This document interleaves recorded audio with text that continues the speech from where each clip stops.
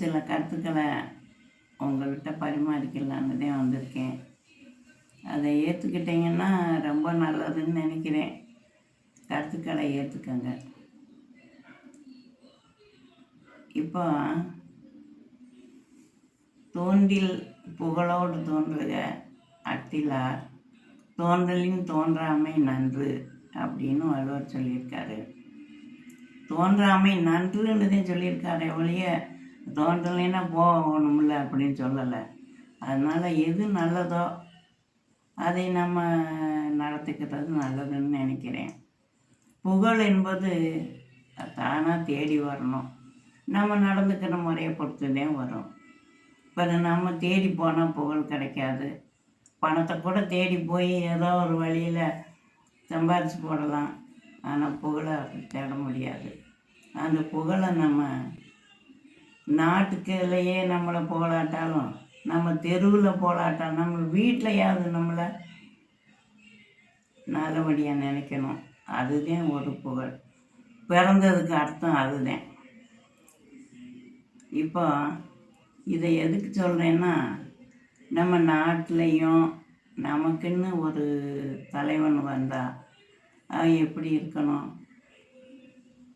நல்லவனாக இருக்கணும், வல்லவனாக இருக்கணும்.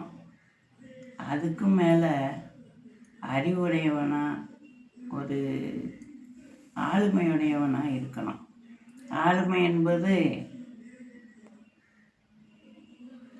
நம்ம கல்வி அறிவு, திறமை, ஒரு ஆன்மீக பண்பு எல்லாம் இருந்தால்தான் அவன் ஆளுமை அடைஞ்சதாக அர்த்தம்.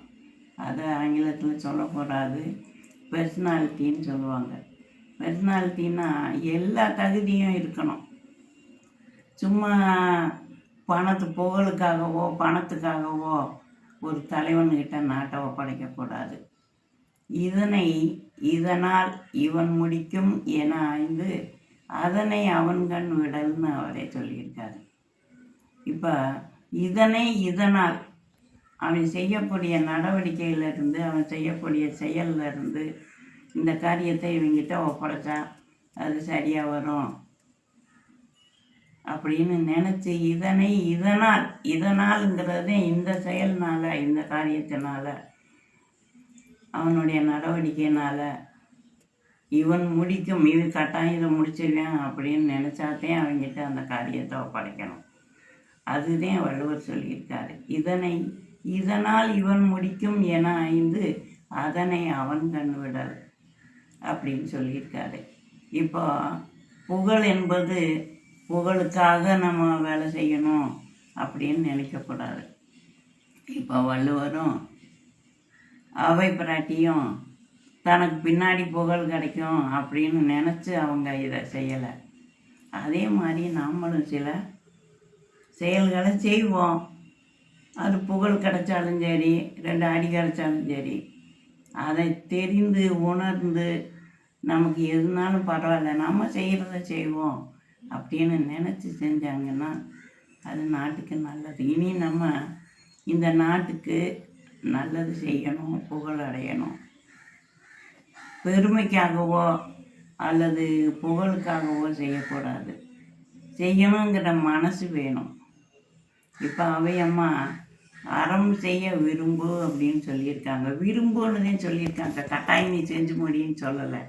அந்த அறம் என்பது அன்னதானம் மட்டும் கிடையாது.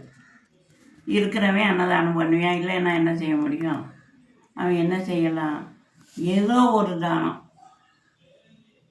வாரியார் சொன்ன மாதிரி அன்னசத்திரம் 1000 வைத்தல், ஆலயம் 10,000 கட்டுதல், ஓர் ஏழைக்கு எழுத்தறிவித்தல், அதுவே சிறந்ததுன்னாரு. நீ அன்னதானம் 1000 பேருக்கு கூட கொடு, ஆலயம் 10,000 கட்டு, இதுக்கெல்லாம் சிறந்தது ஒரு ஏழைக்கு எழுத்தறிவித்தல் அப்படின்னு சொல்லியிருக்காரு. அந்த மாதிரி நம்ம ஒரு கல்வி தானமும் பண்ணுறது, அதுவும் தானந்தேன். ஆடை தானம், அன்னதானம், கல்வி தானம், அதுவும் முடியலையா பிறருக்கு அறிவுரை சொல்லியாவது நம்முடைய கடமையை செய்யணும். அதுவும் ஒரு தானந்தேன், அதுவும் ஒரு அறந்தேன்.